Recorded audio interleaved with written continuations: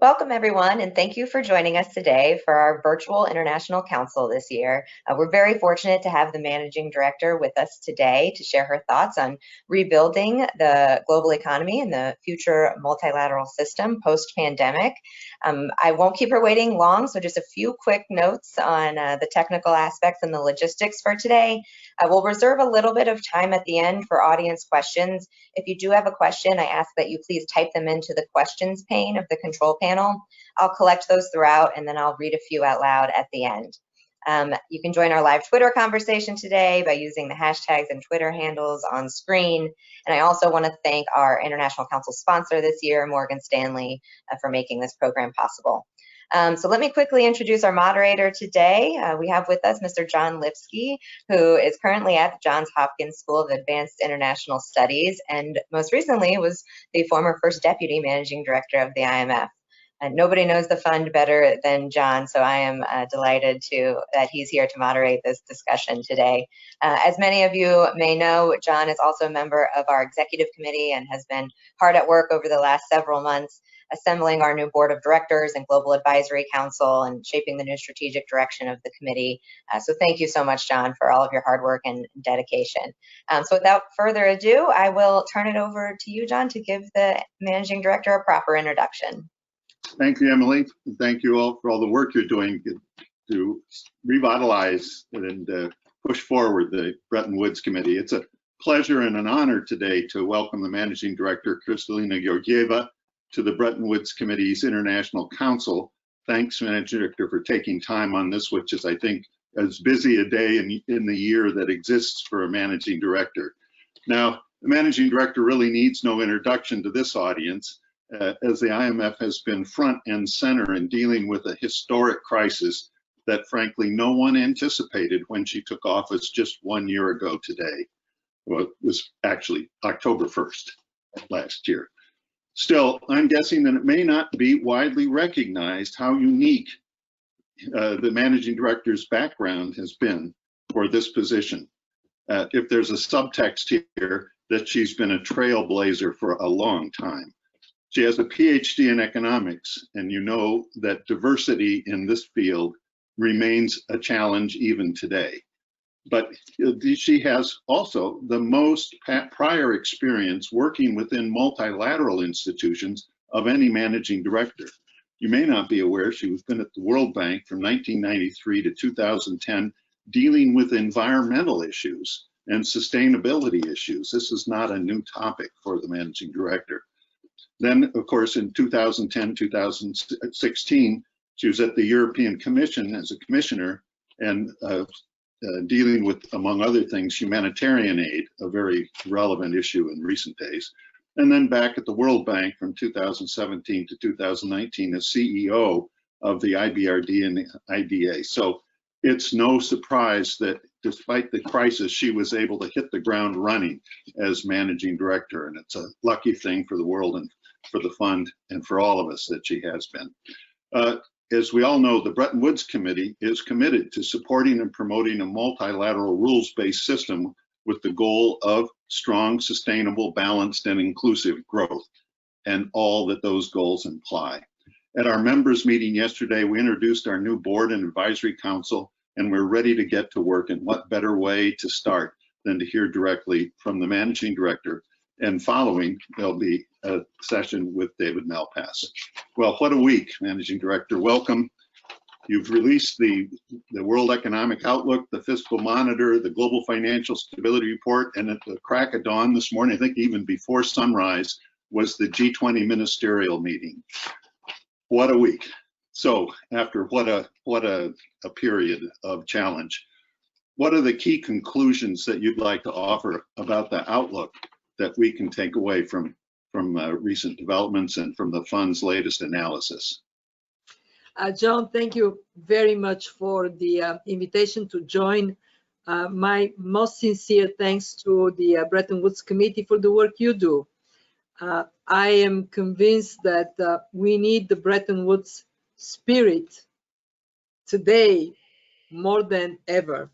And in fact, I can give you a preview of my annual meeting speech, and it is about a new Bretton Woods moment. Why? Not very difficult to grasp. The worst crisis since the Great Depression, and on top of it, a combination of crises. In one, we have a health crisis, we have an economic crisis that has been driven by the pandemic, but we also have sparks of a debt crisis in some countries, and I will come to that point.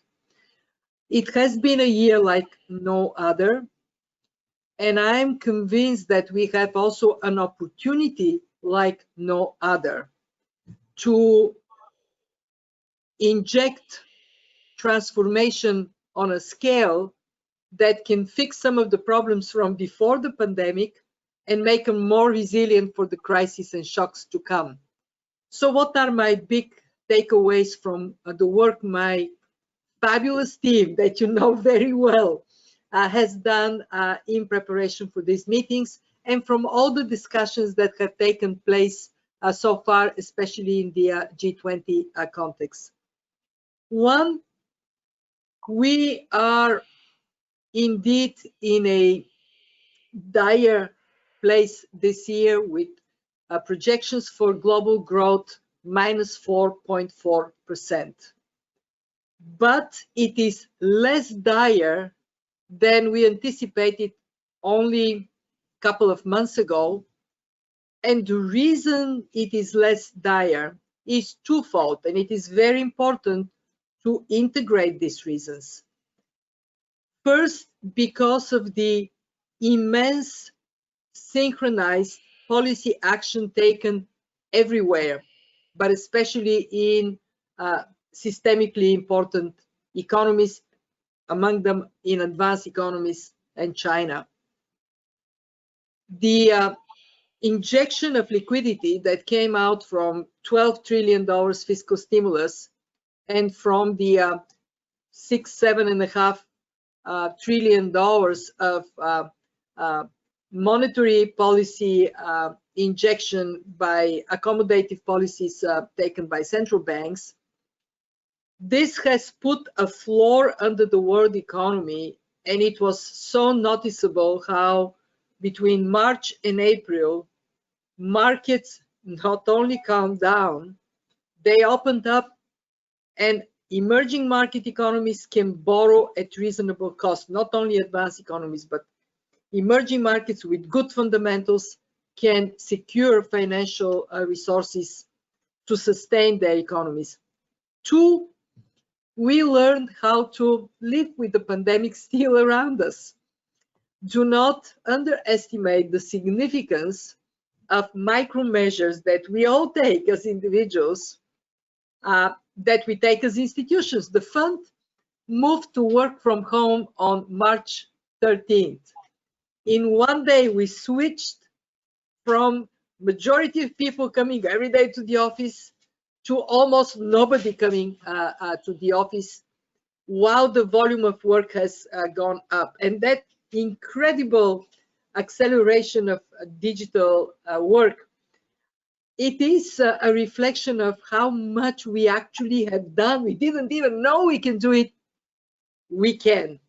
So this is my first message to everybody, that we need to give the world credit for the innovation that underpins our ability to function, to have this seminar today, and for the policy actions that have brought the economy back on its feet. My second takeaway is we cannot underestimate how uneven, partial, and uncertain this recovery is, until such time we have a durable exit from the health crisis everywhere. So if you ask me what is our top priority for the next months, for the next years, make sure we have vaccines, make sure they are accessible everywhere. This is a very knowledgeable audience, so you would immediately appreciate an upside of our base scenario because of accelerated delivery of vaccines. In the baseline scenario, vaccines appear sometime in 21. but they become universally available by the end of 22. We accelerate this, and we can have up to $9 trillion additional output by between now and 2025. This is very significant. So focus on health systems, make sure that we are collaborating on vaccines and we make them available everywhere.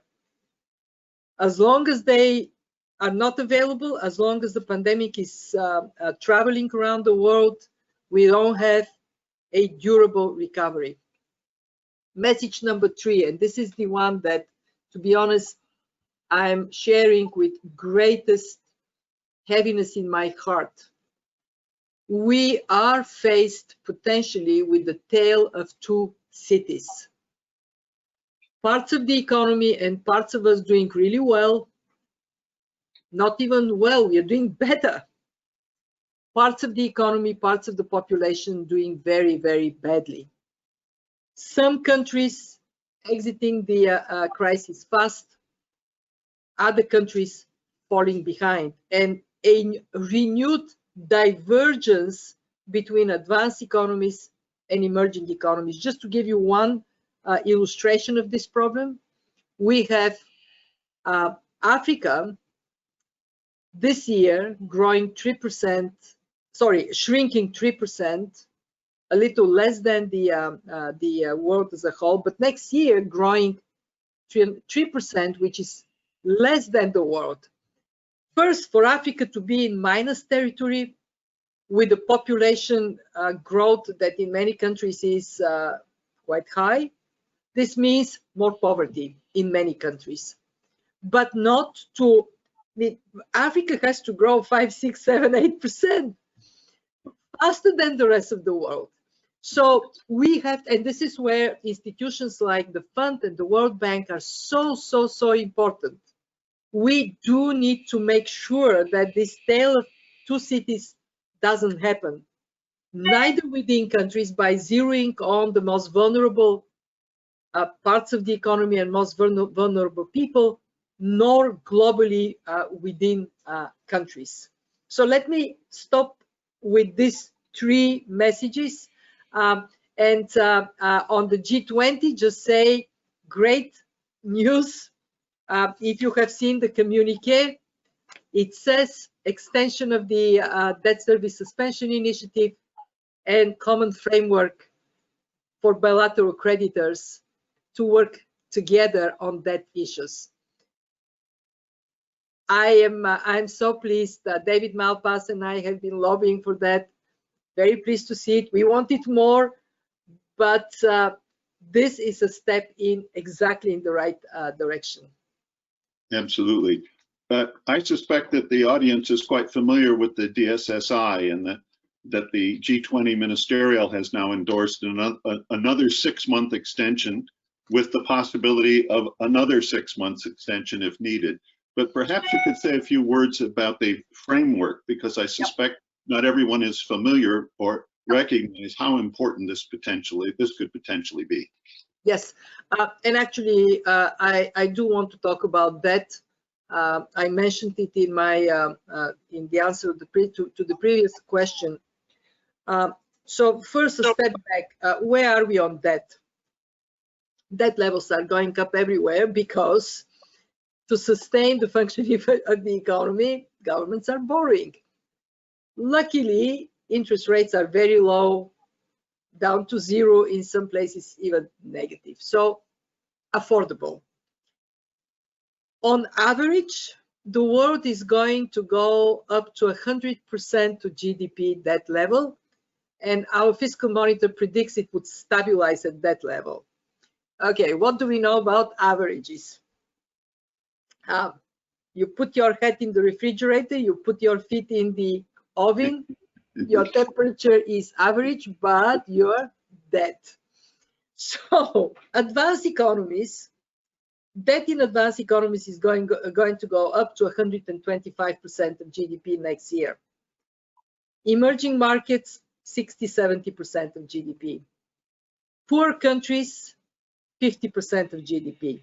And you may say, so that's not so bad for poor countries. Well, it's very bad, because the guys that go 125%, they have a much, much better borrowing capacity.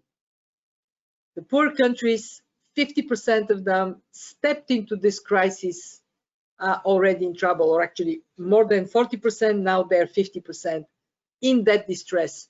So, and that goes straight to the question of the debt service suspension initiative. If you step into a shock, putting your economy to a standstill, you are a tourism-dependent country, your revenues drop to 10% of their previous level. You are an oil exporter, you're in trouble. And if you have to service your debt, you virtually have to make choices between saving lives and paying your creditors. Plus, your economy would be destroyed. So in April, David Malpass and I raised our voices that for poor countries, there has to be suspension of debt services. As long as the economy is in standstill or in a very tough place, countries should be eased. Their service should be delayed for later, for when they get out of this situation. And we really wanted private sector to be part of this solution. What happened? Bilateral creditors agreed. The G20 embraced it. Great. There was and continues to be a call to private sector participation. Not so great. They're not really venturing keen. Partially because countries are not asking, they're afraid they ask, they're frozen out of markets, and they worked hard for market access. Partially because the private sector is not so keen. They don't have common framework, they don't have common principles. So we do have something valuable. But the official side is improving with the common framework. We still have to bring private sector participation. And for the fund, John, as you would immediately understand, this means stepping up our work on improving the international debt architecture for private sector participation in debt restructuring. Mm-hmm. That's obviously going to be a very important aspect of the post-pandemic recovery, and facilitating the course for the emerging and developing economies. In broad terms, of course, the world looks to the fund not just for analysis, but also for advice on policies. What broad policy advice is the fund providing its advanced economy members and its developing and emerging economy members? From the very beginning of this crisis, we have invented a new surveillance tool. We call it the Action Tracker. We track 193 countries, what steps they're taking. Very important for us to absorb this learning, very important for countries to learn from each other. And of course, we stepped up our analysis of the parameters of this crisis. It's a crisis like no other, demand and supply. We are putting on purpose the economy in standstill. What we came up was not necessarily what people expect from the fund. The very first thing that came from the fund was spend. I don't think there are many managing directors that would go around and say, please spend more. Keep the receipts, be accountable for what you spend, but please spend. In other words, we very early gave that message, and I think it helped countries to do the right thing, to provide lifelines to businesses and to households. And when you look at how this differentiates, advanced economies are providing 8 to 10% of GDP in fiscal direct and indirect measures, and kind of up to another 8% in monetary support. So it's a massive injection of support. Whereas emerging markets are somewhere around 6% total direct and indirect measures and a couple of percentage monetary. Poor countries, 2 to 3%. Big difference. And yet, sometimes poor countries are even in a tougher spot because they have economies dependent on sectors that are destroyed. And therefore, our advice there is don't wait. If you have high debt, it needs to be restructured. The sooner, the better. And don't hesitate to come to the fund for financial lifeline. And we have done 81 financial arrangements of those 76 emergency financing, $101 billion in 6 months.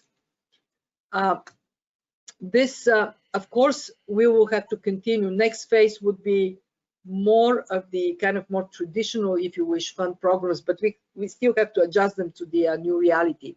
So our first policy advice to the membership is put a floor.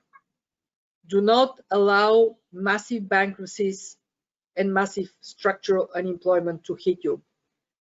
Secondly, we say now we continue to recommend accommodative monetary policy. If you have a fiscal space, use it. If your fiscal space is tight, of course you're more constrained, but interest rates are low, take advantage of it. Our second policy advice, and of course prioritize health. I spoke about that in the previous segment. The second very important advice we tell them is, okay, you're going to use stimulus. What are you going to use the stimulus for? The first round of the crisis, it is really just supporting. I mean, you don't target anything. Now we need to target much better, and we need to target, in our conviction, building a more resilient economy for the future. Investing in infrastructure, in advanced economies infrastructure maintenance. 1% investment would generate 2% of basically growth. And these are job-rich investments, because obviously we need to find jobs for the people who have lost them. Think about your other crisis, the climate crisis.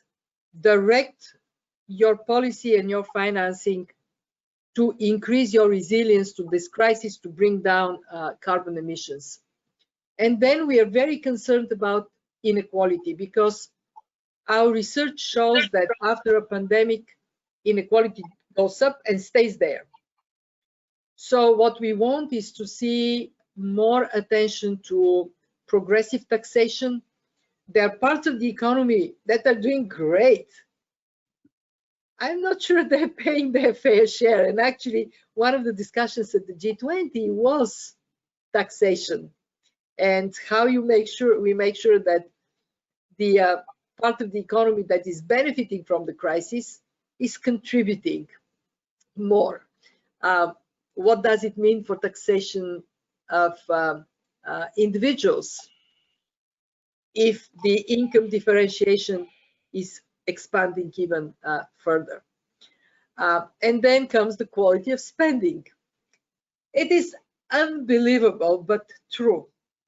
In developing countries, 53% of money spent in public projects is not spent effectively and efficiently. So you improve by 10%, you get a stimulus. And so that is an area you would see us working more.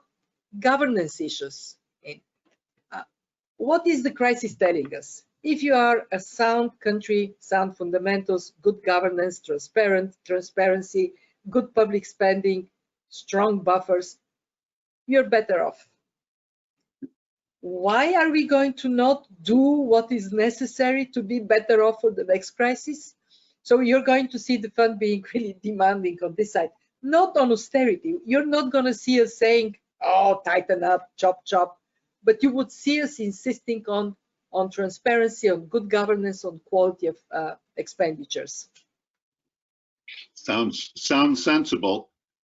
The G20 ministerial this morning, how did you gauge the receptivity of to the fund message? Are you getting through? On the importance of helping weaker economies, the receptivity is really high. And I want to give credit to all our members. We got the 1 trillion lending capacity secured, new arrangements to borrow, bilateral arrangements secured. We asked for tripling our concessional lending capacity. We got it. We actually asked for, in April, for $17.5 billion concessional resources. We got $22 billion. And we are asking for more, so we need more.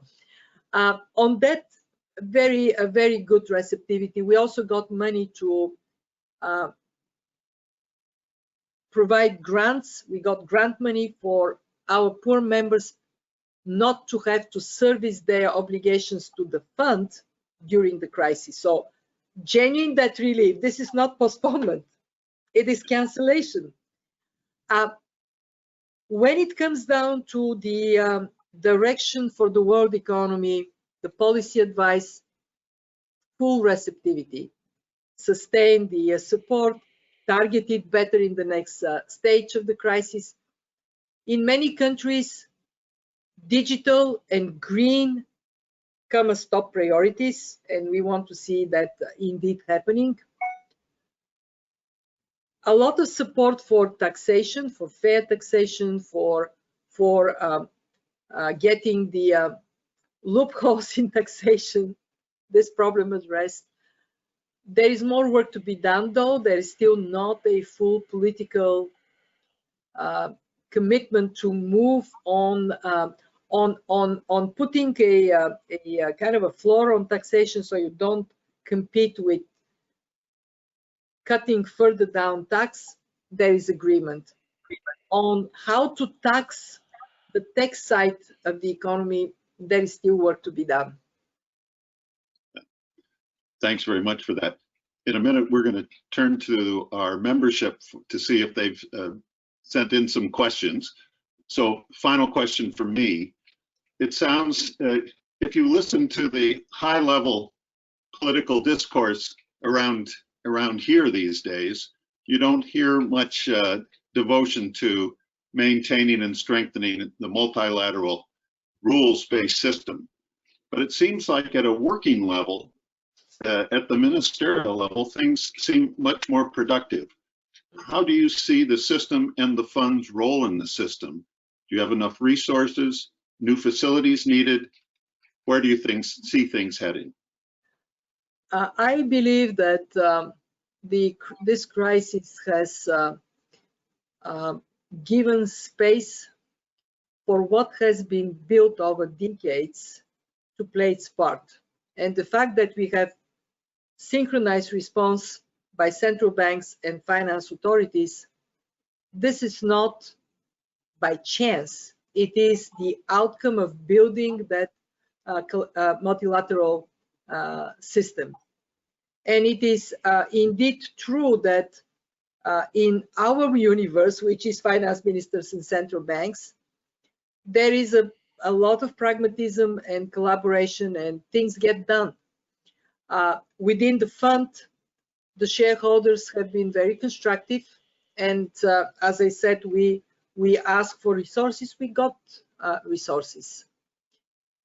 So I believe that globally, what we are seeing is scientists collaborating, pharmaceutical industry collaborating.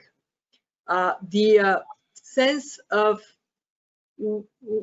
this little virus demonstrated that we are interdependent. That comes true very clearly. As we go forward, I think, at least now I speak as the head of the IMF, what do I do day in, day out? Keep the membership together. Focus on what unites us, and then get it done.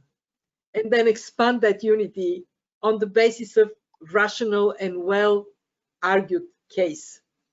And I think we all have to recognize that it is a new Bretton Woods moment, but only if we seize it. And I'll tell you, John, I hear many pundits going, oh, it's horrible, it's terrible, never been so bad.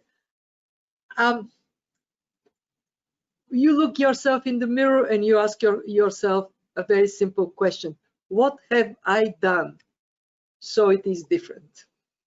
And as long as we concentrate on somebody else, we're not doing our job.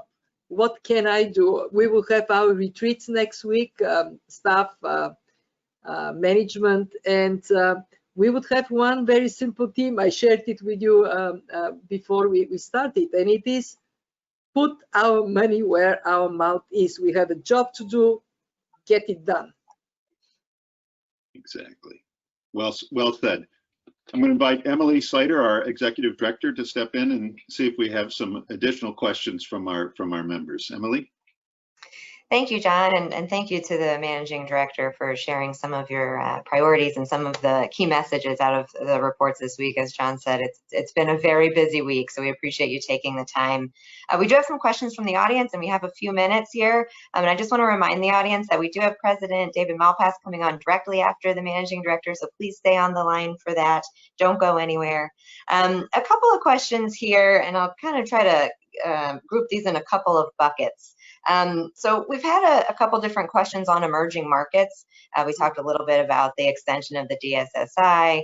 As noted, the DSSI doesn't include any relief for emerging markets. So can you talk a little bit more about, what the fund is doing to support emerging markets that might be in debt distress? Mm-hmm.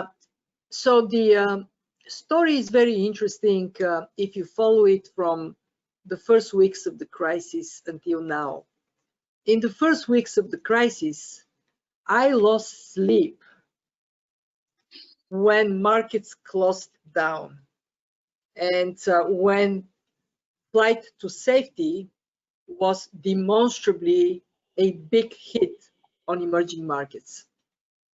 But then once there was this pouring of liquidity and the Fed expanded swap lines, other central banks did similar things, the situation changed dramatically. We now have emerging markets with good fundamentals, raising money. Sometimes I even worry, maybe too much, too cheap, but they have no problem to raise money.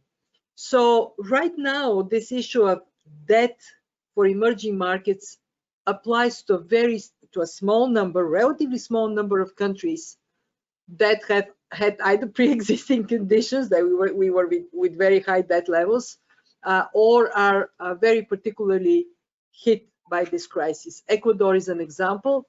They had the pre-existing condition plus oil exporter, prices of oil collapsing, plus being hit by the pandemic more severely than other countries.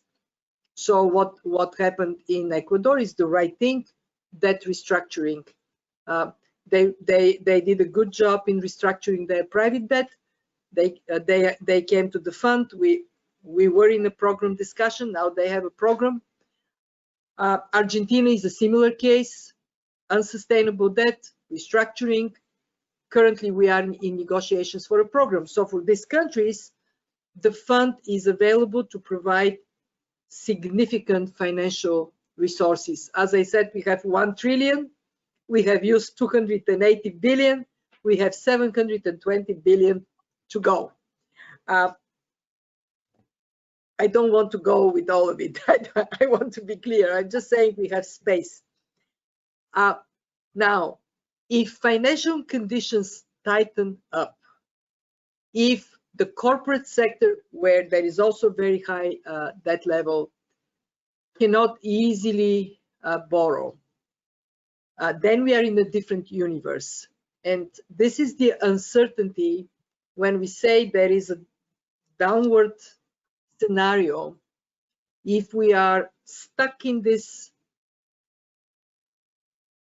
virus traveling around the world, spikes here and there for a long time, then this question of helping emerging markets with their debt levels would become a different animal. It would be something that obviously we have to think about early. But for now, this risk is minimal, and we do expect to see vaccine changing the equation for the better. Yeah, I think we're all encouraged to see that some of the dire projections in March and April haven't quite borne out.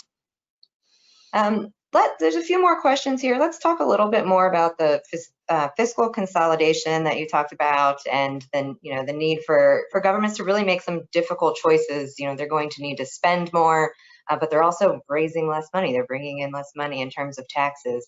You talked a little bit about that, but what role could technology play in this, both on the spending side and on the tax collection side? Huge.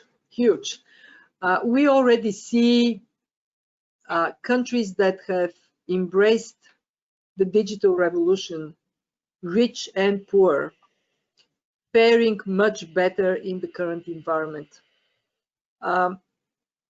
Take, for example, delivery of targeted support to households. Countries that have moved their systems to a transparent platform, digital platform, they have been able to step up the provision of this support in a targeted and accountable manner. So governments can move to be e-governments. We know this is possible. There are countries that have done it. And then what you raise as revenues and what you spend is there for everybody to see. Transparency is the citizen's best friend. And I am a big believer that we should push for digitalization massively. For Africa, as far as I recall, it would cost 80 billion to make the physical infrastructure available for every citizen, every business, every government organization to be connected to the internet. 80 billion these days, when we talk about the trillion here and the trillion there, it obviously makes a total sense as an investment, and it would tremendously improve tax policy. It would improve spending practices. Excellent.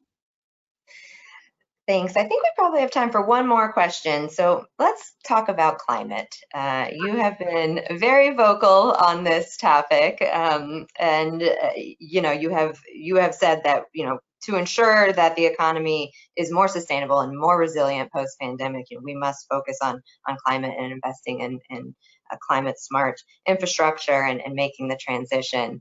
How do you, what is the fund doing in this regard? And also, how do you respond to people who say this is outside of the fund's mandate? Okay, so let's start with the mandate. I love this question. Yeah. Climate is macro critical. It is macro critical because if we do not take action globally, we are going to see temperatures going up and up and up, destroying our lives and our livelihoods everywhere. And maybe some places better off, some places worse off. But the economic consequences of climate change are dramatic, they're macro critical.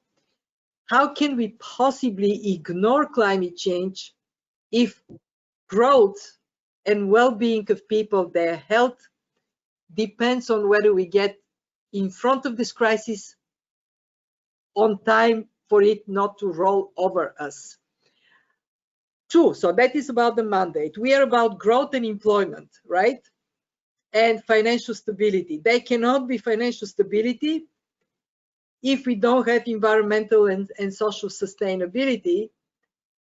If the capital moves out of high carbon intensity industries, as we see that happening already, and your economy is all invested in that, what is a IMF economist going to advise the country? Close down? If you are a Pacific island, I'm thinking of the Marshall Islands. This is a country that is at risk of being washed away. So what is my advice to the country? Migrating to Australia? Is this the macro advice we would give? So I feel very strongly that the case for climate being a macro critical issue is made. So what is the fund doing about it? First, we, and this is where fund economies are fantastic, we put together a logical framework as to how to approach the climate issue, and it has three parts. One, use the fiscal stimulus to invest in green infrastructure, renewables that are good for dealing with climate, reducing intensity, good for jobs, job-rich sectors. Two, put a price on carbon, create a market incentive to reduce carbon intensity, and give forward guidance to businesses and consumers as to how this price is going to go up over time. And three, use some of your carbon revenues to help the people and the sectors that need to adjust, that are negatively impacted by climate action. Miners, people working in the coal, electricity production. This has to be a just transition. It has to be fair to everybody. So this is our framework. And then three, we are now taking this down to the level of countries. We are more advanced on climate risk for countries that are vulnerable to climate change already. And next, we want to concentrate on the big emitters, help them to charter a more sustainable economic policy path. Thank you, Managing Director. John, we're running out of time here. So any final thoughts from you? Well, yes, for me, but let's see. Managing Director, any final message you'd like to leave us? Stand by us. Yes. Amplify the voice of reason, which is in a moment of transformation. The Bretton Woods institutions are your best friend. We are created for this moment. Indeed.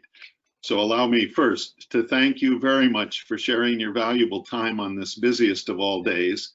Secondly, to thank you for the wonderful leadership that you've shown so far and that I'm sure you're going to continue to show.